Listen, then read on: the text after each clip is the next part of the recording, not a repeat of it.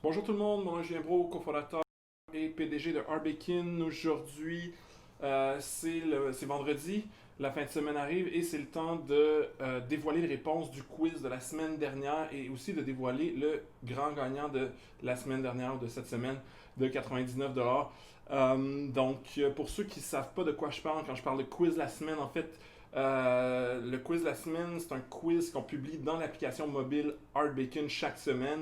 Les gens qui répondent, qui ont un 5 sur 5 dans le quiz, qui répondent parfaitement à toutes les questions, ont la chance de gagner 99 $ chaque semaine. Donc, on enrichit les gens, ça contribue à notre mission. Puis, c'est un quiz, bien entendu, sur les finances personnelles, finances, investissements, etc. Puis, pour ceux qui se demandent c'est quoi Arbekin, mais c'est une application mobile qui vous aide à planifier, budgéter, investir. Donc, je vous invite à télécharger ça maintenant si ce n'est pas déjà fait. Donc, revenons au contenu. On va afficher mon téléphone dans l'écran et je vais vous présenter finalement les réponses du quiz de la semaine dernière. Donc, la première question, c'était quel est le nom de la banque en charge de la politique monétaire au Canada? Puis on s'est amusé un peu à brouiller les pistes. Donc, Banque nationale du Canada, ça semble très très officiel, Banque nationale du Canada, mais c'est une des grandes banques à charte là, qui sont privées. Donc, c'est pas différent de la Banque TD ou de d'autres banques. Rien à voir avec une banque qui contrôle la politique monétaire. Banque de développement du Canada, c'est une société qui est affiliée là, au gouvernement fédéral, mais sa mission, c'est d'aider le développement économique du Canada. S'occupe pas du tout de politique monétaire. Bien entendu, Banque de Montréal, c'est une autre banque privée. Donc, c'est bien entendu la Banque du Canada qui va, en fixant justement le taux directeur et en fixant aussi d'autres normes, donc le taux de réserve des banques à charte et d'autres choses, va vraiment contrôler la politique monétaire du Canada. On parle bien entendu. Donc, c'était la réponse. Puis, en fait, je pense que la plupart des gens l'ont eu. Là. 83%, donc on a quand même, il y a 8% des gens qui ont dit Banque de développement du Canada, et il y a 5,6% de gens qu'on a eu avec la Banque nationale du Canada, donc c'est assez amusant. Euh, la question à qu'est-ce qu'un REER, presque tout le monde l'a eu. Ben, un REER, c'est un régime enregistré d'épargne retraite. Puis, il y a pratiquement personne, je pense qu'il y a deux personnes qui ont dit que c'est le fonds commun le plus populaire au Canada. J'ai mis cette réponse-là parce que j'ai déjà rencontré des gens qui, tu sais, un programme d'épargne automatique au travail où on investit dans un REER et ces gens-là pensaient carrément que REER était le nom d'un produit financier, mais non, c'est un compte. Puis à l'intérieur d'un REER, il y a différents investissements, ça peut être des fonds communs, ça peut être des actions, etc. Euh, Juste pour vous dire c'est quoi, parce que là, bon, oui, c'est un REER, c'est un régime enregistré d'épargne retraite. Essentiellement, l'argent que vous mettez dans votre REER se déduit de votre salaire annuel que vous devez déclarer. Donc, ça vous permet d'épargner et d'économiser de l'impôt. L'idée, il y a des gens qui prennent ce retour d'impôt-là parce que ça diminue leur salaire pour se faire plaisir, puis c'est correct aussi. Mais pour vraiment bien utiliser le REER, ça serait de prendre aussi le retour d'impôt et l'investir aussi en bourse via un REER ou un autre compte. Ça peut être dans un CELI. Là. Il y a des gens qui font ça, qui est un autre type de compte, mais on ne va pas entrer dans un cours magistral. Le but, c'était juste de donner réponse du quiz. Comment calculer sa valeur nette? Donc, 85% des gens qui ont eu la bonne réponse. Essentiellement, la valeur nette, c'est la valeur de revente de tous mes biens moins toutes mes dettes. Actif moins passif égale actif net pour une entreprise. C'est la même chose pour un individu. Il y a des gens qui ont dit que la valeur de tous mes biens à neuf, mais si ces biens-là sont empruntés, ben, c'est pas votre valeur nette, c'est la valeur des choses que vous possédez. Mais si on liquidait votre personne, puis il faudrait payer les dettes, donc c'est plus bas. Il y a des gens qui ont dit la valeur de tous mes biens plus la valeur de mon hypothèque, ce qui est encore plus qui augmenterait le prix parce qu'une dette, c'est pas votre valeur. Peut-être les gens ont compris la valeur de ma maison, mais pas la valeur d'hypothèque, ça n'a pas beaucoup de sens. Et on avait une question très difficile, question numéro 4, puis là, on est rendu ici. On disait lequel des richissimes hommes d'affaires suivants notait religieusement chacune de ses dépenses dans un calepin qui traînait partout avec lui.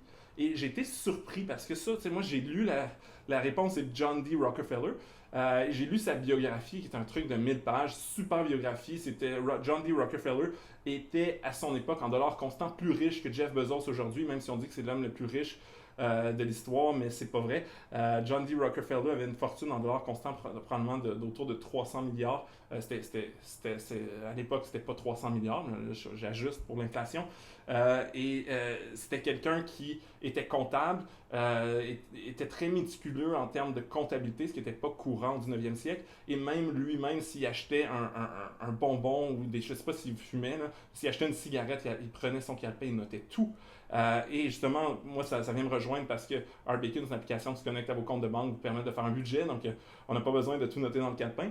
Mais j'ai été surpris que 50% des gens qui l'ont eu, parce qu'en fait, à moins d'avoir lu une biographie de tous ces gens-là, d'Andrew Carnegie, Bill Carnegie, puis John Pierpont Morgan, ça serait difficile de savoir qui faisait ça, mais quand même, je pense qu'il y a du monde qui sont cultivés, puis qui l'ont eu, parce que c'était plus dur de faire une recherche Google, puis d'avoir la réponse. Puis finalement, la dernière question.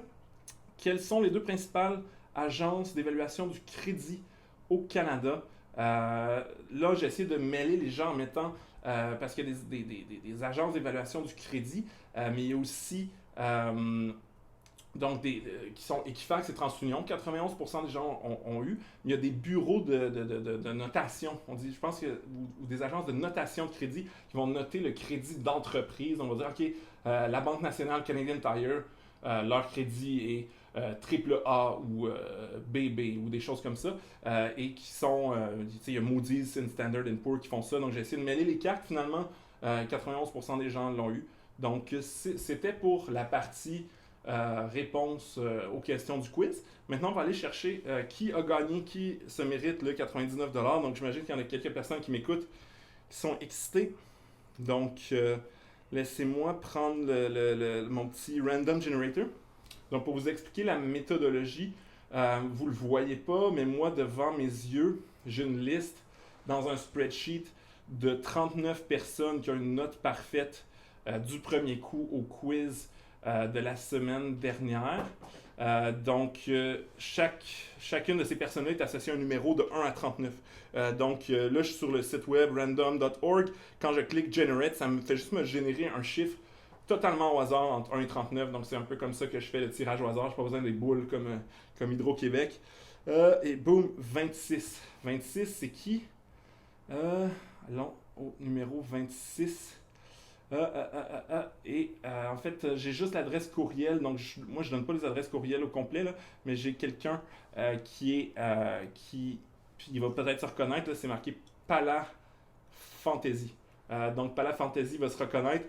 Félicitations. De toute façon, la personne, on va lui envoyer un courriel pour l'informer du fait qu'il a gagné. Sur ce, je vous invite à télécharger RBacon et aller faire notre quiz. Je pourrais même vous montrer, si j'ai le temps, là, à quoi ça ressemble. Donc ça, c'est la page d'accueil d'RBacon.